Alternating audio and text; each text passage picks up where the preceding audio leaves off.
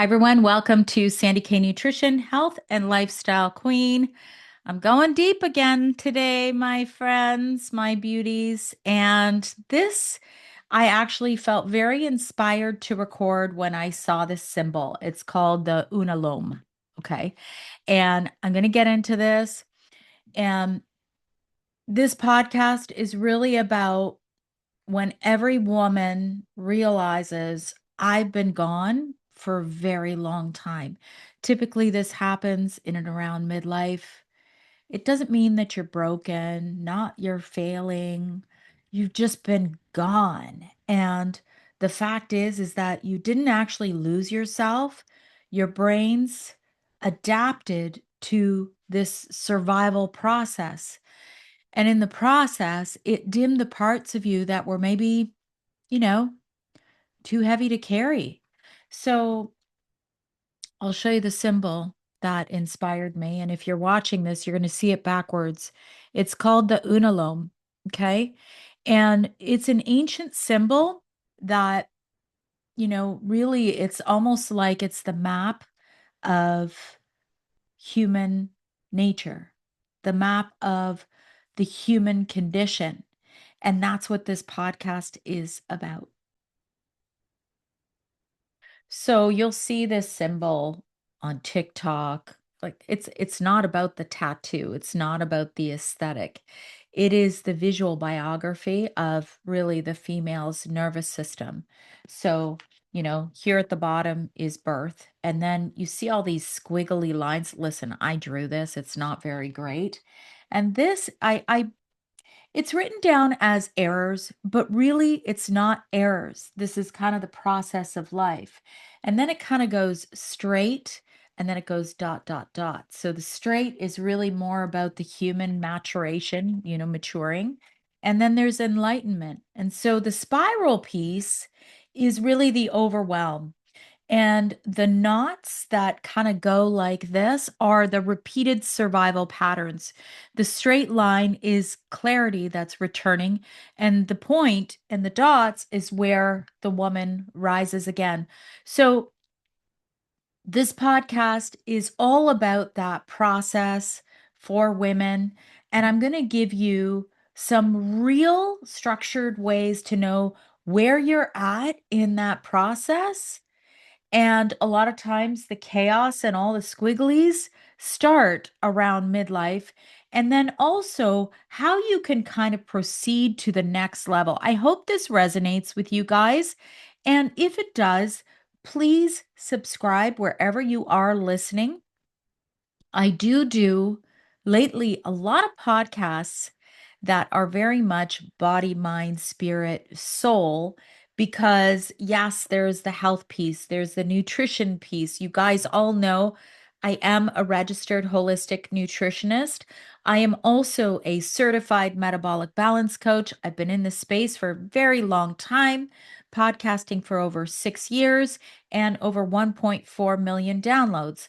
What inspired me? By the way, I am going to be at a speaking event for the Canadian Cancer Society coming in July, and I haven't done this in a long time. There was a time that both my daughter and myself, we kind of got into that whole loop of being this face of cancer, and I'm not insulting anybody if that is your path. My path, I tried a few different things, and I know I'm going a little off topic. For me, my line has never been straight.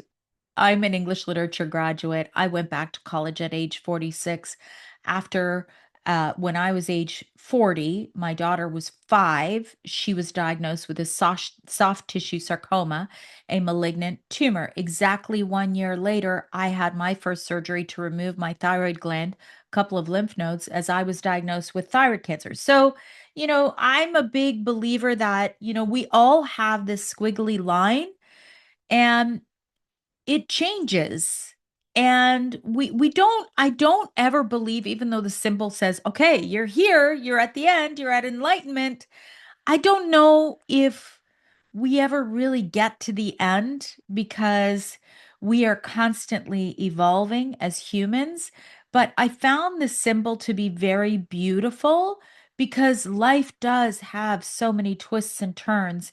And I know after having so many engaging conversations with so many of you that we all have these different twists and turns, and our lessons and our experiences are all different, but it all relates to the fact that the human condition, it's not always easy. So, how can we kind of accept the process and the stage that we're in and move to the next stage if we're ready to be finished with that stage? So, that's kind of what this podcast is about. So why do women often lose themselves? And a lot of what I'm going to talk about is going to be neuroscience. There is going to be research. So women don't lose themselves because they're fragile.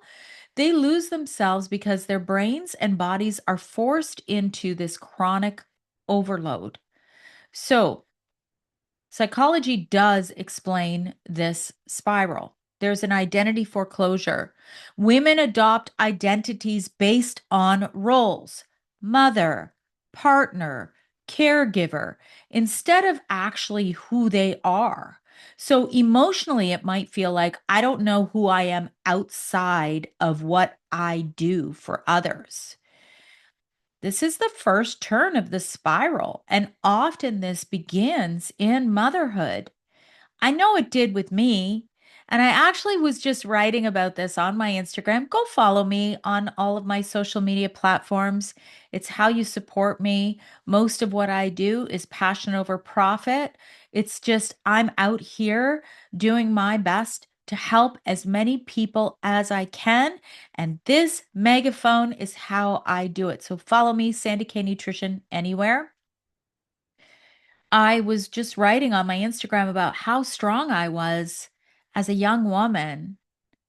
And I had an amazing career. I was doing well. I was functioning well. I was a university graduate. I was running I think at one point I was running a call center in downtown Toronto, call center floor. I was running a couple of campaigns there. Then I moved to Dun and Bradstreet. I managed the inside sales team there. I was doing really well. Then I started having babies. And I will say that it was not a conscious shift, but now that I'm 56 years old, I can go, "Oh my God, I can see that shift when I look back." So, matrescence. This was coined by Dr. Dana Raphael, and it's called the identity fracture. So, MRI studies showed how motherhood restructures the brain. Empathy increases, vigilance increases, self orientation decreases, and emotionally, women will often say, "I disappeared. I became everyone's everything." This is the identity fracture, and it's been named and shown in MRI. Um, so, women who have kids, this happens, it's very real. Then there's the emotional labor, the invisible drain. So women perform, these are stats, my friends, 2.5 times more emotional labor than men.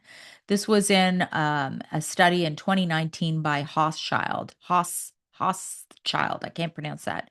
So this drains the brain. It drains the brain systems responsible for clarity and self reflection. So, emotionally, it can feel like I can't think, I can't rest, I can't hear myself. This is that spiral that's starting to tighten. Then there's role engulfment. So, one role swallows your entire identity.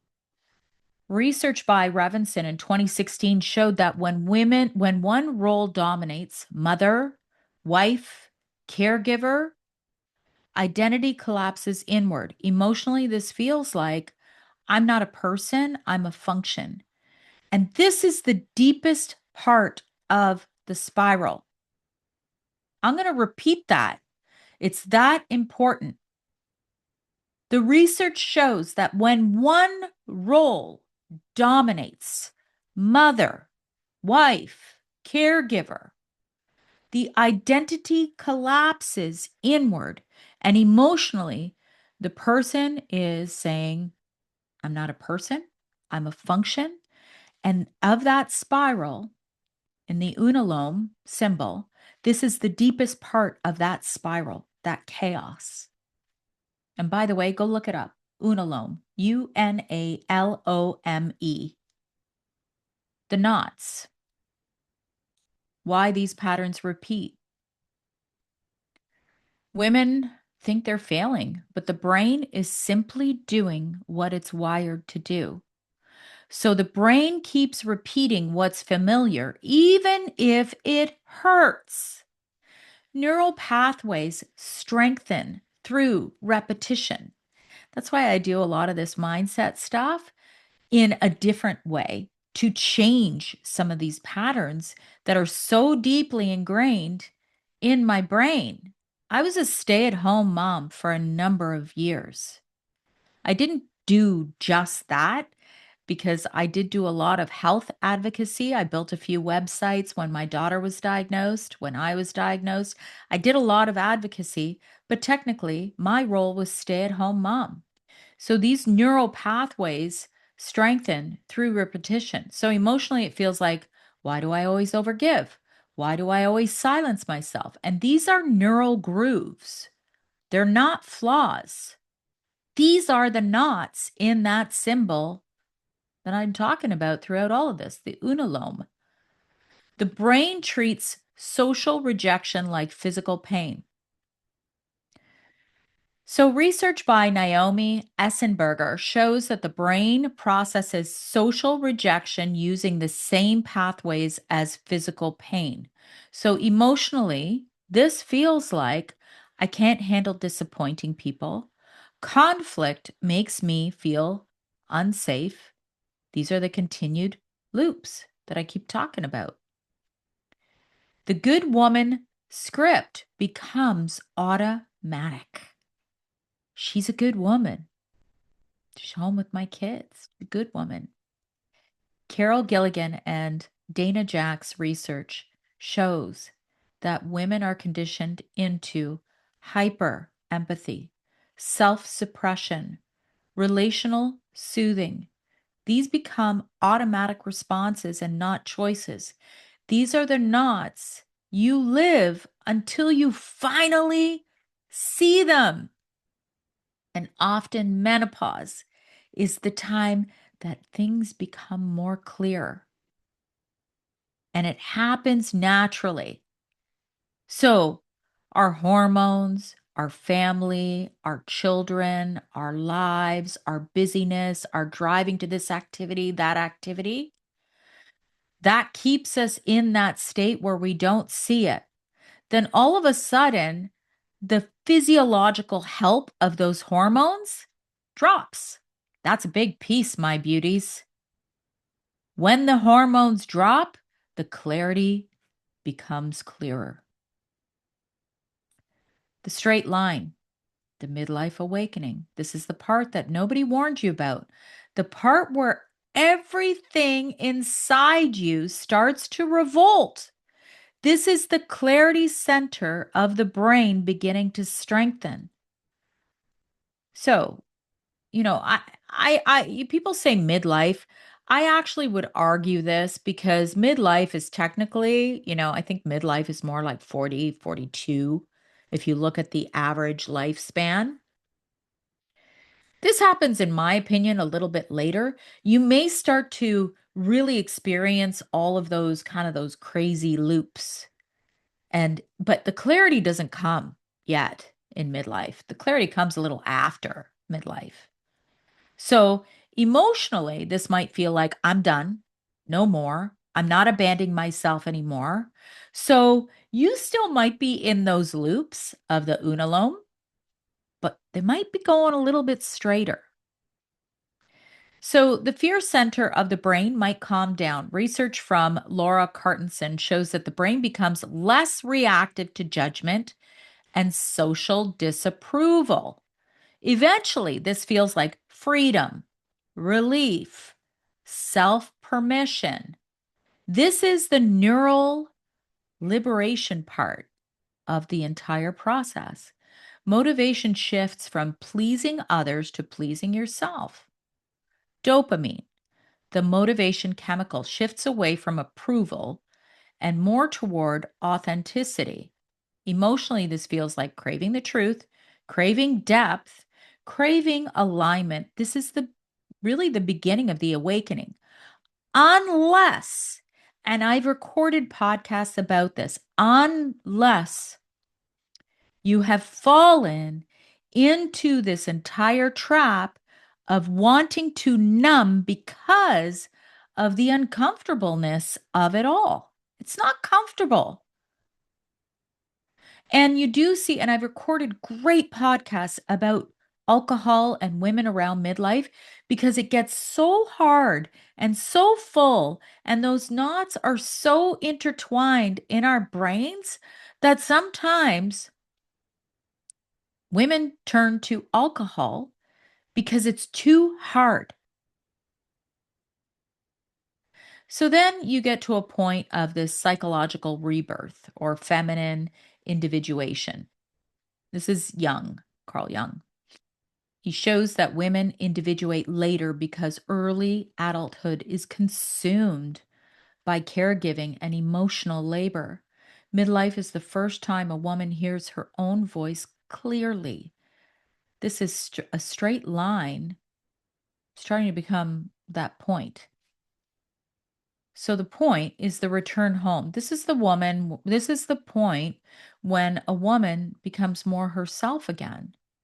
And I don't know if you've heard this. Maybe you have, women at menopause. You've changed. I have.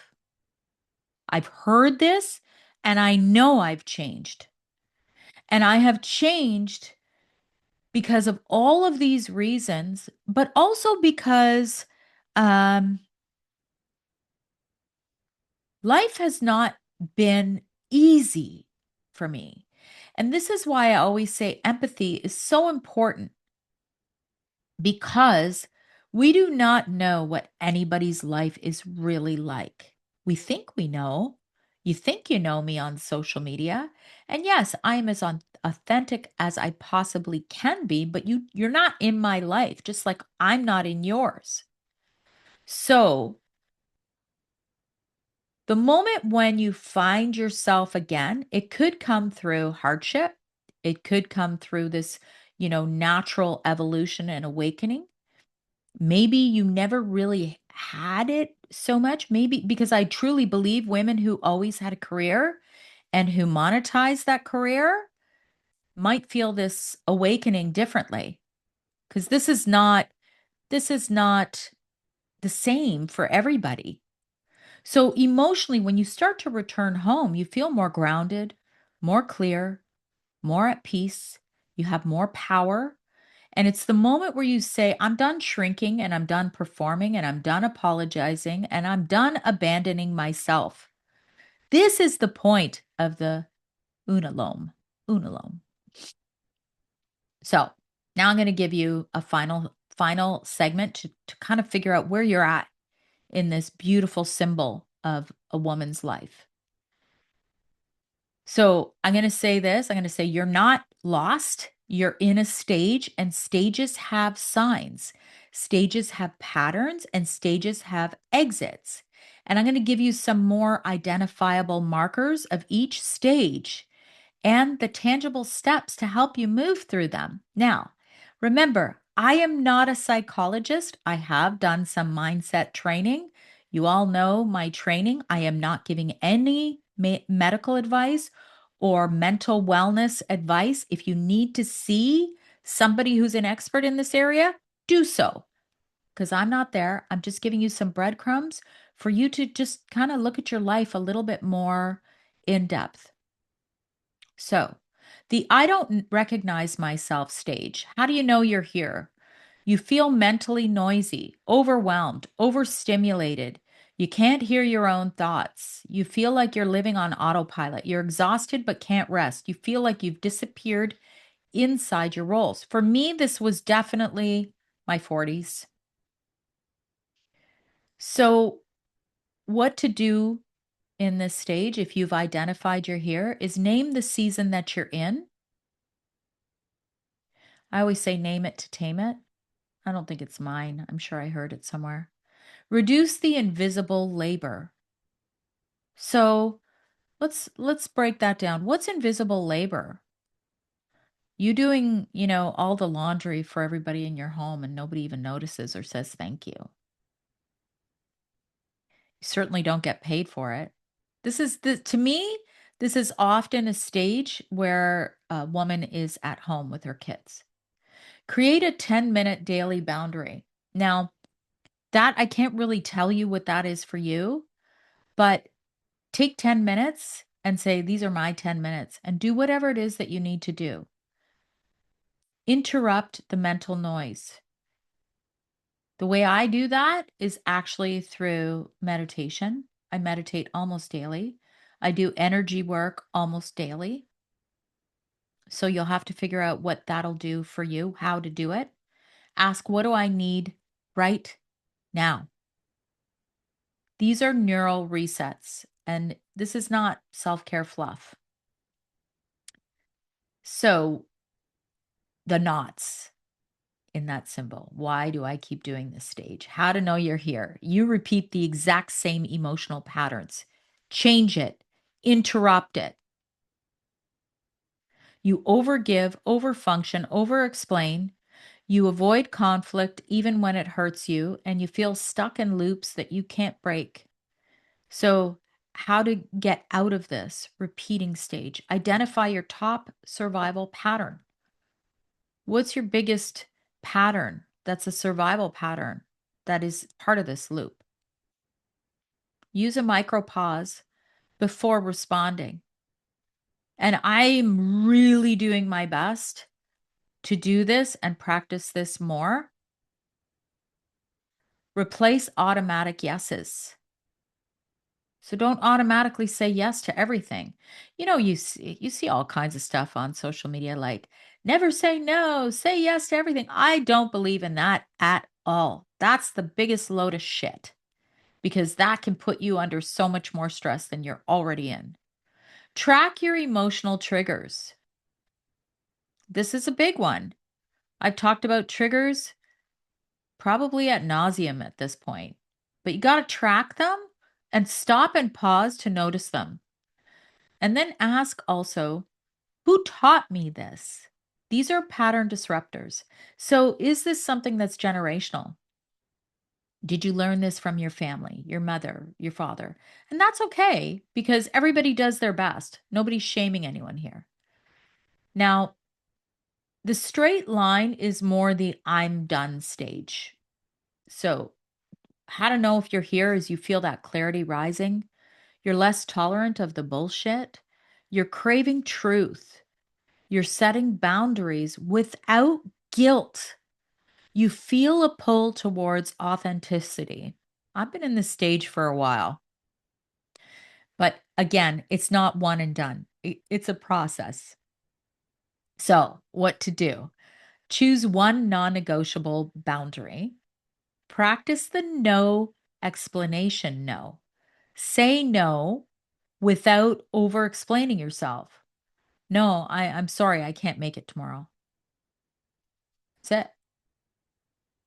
Easy. Create a weekly clarity ritual. Remove one energy leak. What's an energy leak? Let's talk about that.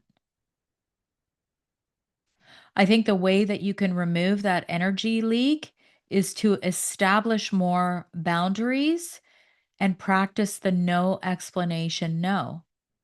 Because I think leaks happen when you start to question yourself, your intensity, oh sorry, your not intensity, your purpose. So remove one energy leak, whatever that is. And that doesn't mean cutting off your mom or your dad. That's not what I'm talking about. I'm talking about where are you leaking? And I think a great way to start is just to say no when something just doesn't align with you. Say one small truth a day. All of these things stabilize the awakening side of all of it. So the point, the two dots too, is I'm finally me again. So even though the Unalome says it's enlightenment, you're not. The I'm finally me again can be the ending. However, that doesn't mean everything's over and you've reached enlightenment and everything's fine. What it means is that you feel grounded, clear, and unapologetic. You no longer are performing. You feel like you've come home to yourself again if you've lost it. You're choosing your life consciously and you feel integrated. And so, back to that whole thing about you've changed. If somebody said to you, you've changed, think of that actually as coming close to this stage that I'm talking about right now. So, if someone says to me, hey, oh my God, you've changed. You look amazing. You look brighter. You look fabulous. Then I know that that's a true compliment. If somebody says to me, huh, you've changed because I have said, oh, I can't make it tomorrow. Yeah, I have changed. And I can't make it tomorrow should stand on its own. I'm not being rude.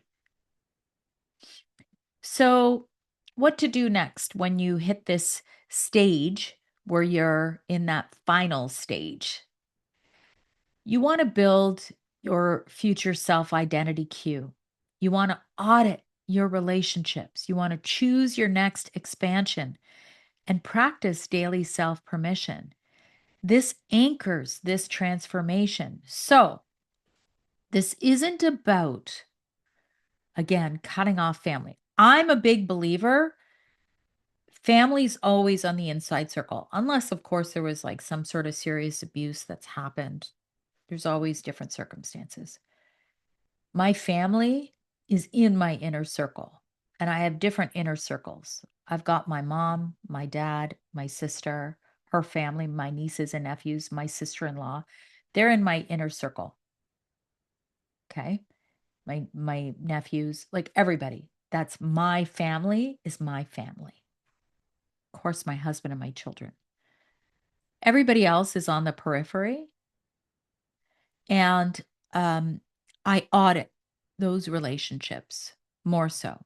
I have very few close friends because I've had a lot of eye opening learning experiences. And when you open up your eyes and see things for what they really are, that clarity part, it's pretty amazing how easy it is to set these boundaries. So I'm going to leave you with this. Where am I in my unalome today? Because the journey isn't about reaching the point, as I said. It's about honoring every twist, every knot, every spiral that brought you here. You're not behind, and you're not late, and you are not lost. You are on your path, and your path is yours only, and it's very, very sacred. So, with that, I'm going to end this podcast. I hope it helped you. Please share it with a friend. And don't forget to rate, review, and subscribe wherever you are listening. I thank you, and I'll see you all next week.